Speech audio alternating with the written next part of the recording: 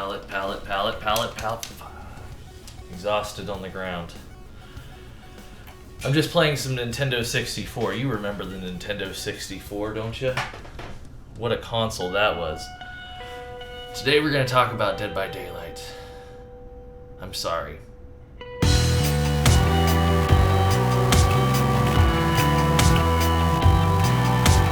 Dead by Daylight is an asymmetrical 4v1 horror-themed cat and mouse game for iOS and the Nintendo Switch. In this game, one player takes the role of the killer, whose goal is to harass, chase, hurt, down, and hook survivors on sacrificial hooks. Killers do this in service of the entity, an unshaped eldritch horror similar to the institution found in the popular film Cabin in the Woods. Killers are all unique and must be adapted to as individual characters due to their powers, something not shared by their counterparts, the survivors. 4 players will act as survivors. These players mostly have passive inputs and are motivated by this passive role to repair generators which power the exit gates so that the survivors may leave. Since they can be attacked, downed, and hooked in a way the killer cannot, the survivors are left to use less aggressive means to stake out their control in a game. With all that out of the way, I'm ready to make my argument. Behavior did a good job, this is a good game, and it will only get better. Part 1. Functionality. The number one criticism often levied at behavior is that their game is a buggy mess, and each patch brings with it new bugs, new errors, and an overall sense of distaste for the game. People who make this criticism, and likely scoffed when I said that this game was good, are correct. The game is run on an engine many people consider to be outdated. Every patch does indeed come with its own bag of worms, sometimes leaving the game nearly unplayable for some people. Modern games are very complex, and the gaming industry has evolved from one of product to one of service. That said, historically, games have been released as a finished product, and indeed, prior to the widespread use of high-speed internet connections, any bugs or glitches found inside a game on launch day were likely to be there until an updated version of the game is released. Things like Game of the Year Edition. These would include glitches that often delete all of your progress, glitches that trapped your sprite in a position where the only option is to delete your save yourself, all the way up to a very sinister bug I dealt with myself on Skyrim's Xbox 360 release. I had this happen with 3 different copies of the game. For some reason, while reading the game, the Xbox would get really loud, and when I pulled the game out, it would have perfectly circular scratches on the disc. This never happened with any game that wasn't Skyrim, and it happened on 3 different discs. This is a real bug, one that cannot be fixed with an easy patch. The bugs found in DBD are nothing like this. The bugs are minor in-game conveniences, usually, that rarely impact enough consecutive matches to ruin the game. Some glitches and bugs can be annoying, others can be hilarious, but rarely do you see things pop up in DBD that can't be found elsewhere in other games. T-posing, perks having unintended consequences, abilities accidentally being disabled when certain conditions are met. Criticisms of this nature are, in my view, more so broad criticisms of the nature of video games. A criticism of where we sit in the timeline of game development. Part 2, Forced Empathy. DBD is online, which means you're going to run into people that are only motivated by feeling dominant or ruining someone else's good time. This is not unique to Dead by Daylight, and I would argue of all the online games I've played, Dead by Daylight is the game most structured to combat this unfortunate fact of online life. In your standard online game, usually players are divided into separate teams, often with the same goal as the other team. Usually this means there's a clear and defined win condition.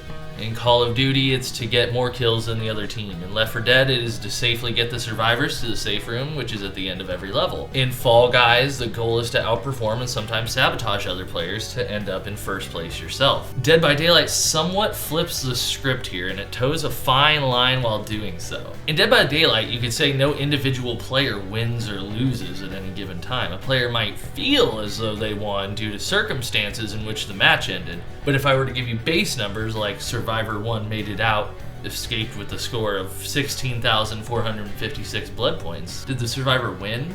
We'd ask ourselves things like, Did the other survivors make it out? Did you take the hatch? How many chases did you have? There are escapes with 16,000 blood points that feel like wins. And there are times when you watch your entire team get face cam and barely get out via the hatch. And on those occasions, even escaping with 16,000 blood points, it does not feel like a win. Some can try to take blood points as an indicator for success, but that raises a small, fun little fact about Dead by Daylight that I just love. If you want to do well, your opponent must also do well. Remember when we talked about the entity and how it controls everything? Well, the clever mechanic in this game is that the entity feeds on emotions from survivors. It doesn't actually want them dead or alive or anywhere in between. It simply wants to watch a good horror movie. And a good horror movie is a back and forth between the monsters and the human characters. Many games require teamwork. Overwatch is one that comes to mind. However, in Overwatch, if your team is so coordinated, so in sync that the other side gives up, that is a massive win on all fronts. The score is completely dictated by one side, and in general, catharsis can be felt from that match. This is not the case in Dead by Daylight. As stated, the entity demands entertainment, and when the survivors or killers just give up and refuse to participate, it goes poorly for the other side as well. That is to say, when 3 survivors have scores over 20,000 blood points, it stands to reason that the killer likely got over 20,000 blood points as well, even if they didn't kill any of the survivors. Using points as a metric for the win condition means that usually entire lobbies win or lose together regardless of the role they're playing. There are very few instances in the world where competing against someone actually results in both parties benefiting, and Dead by Daylight has struck that balance wonderfully. Part 3: Complacency Insurance. Most games with unique characters will have players who main those characters. If you play Overwatch, you may main Mercy or Junkrat, or maybe you main Ryan. Anyone who plays Overwatch knows I just described 3 very different characters with 3 very different styles of play. In general, it is very possible to spend a significant amount of time playing these kinds of games and never stepping out of your own comfort zone. A good Mercy main knows their places behind a tank. They know healing and flying in and out. When it comes to tanking or DPS, they may be completely bereft.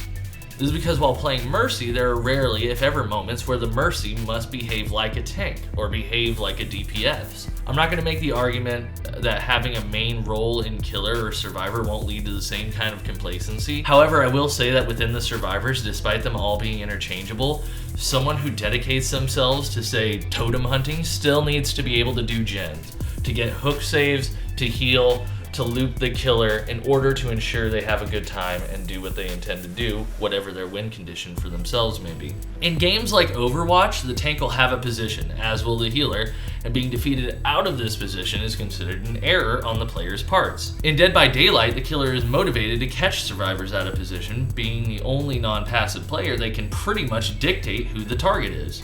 That means no matter what you intend to do as survivor, it must be ready to change on the fly as conditions change. I tend to believe that a structure that pushes players so hard also positively impacts role changes. It's pretty commonly accepted that a good survivor main at least knows how to play some killers, and that an excellent killer main is probably pretty competent as a survivor too. In other games, there's really no reason to believe that a healer main is also well versed in a tank role, at least in my personal experience.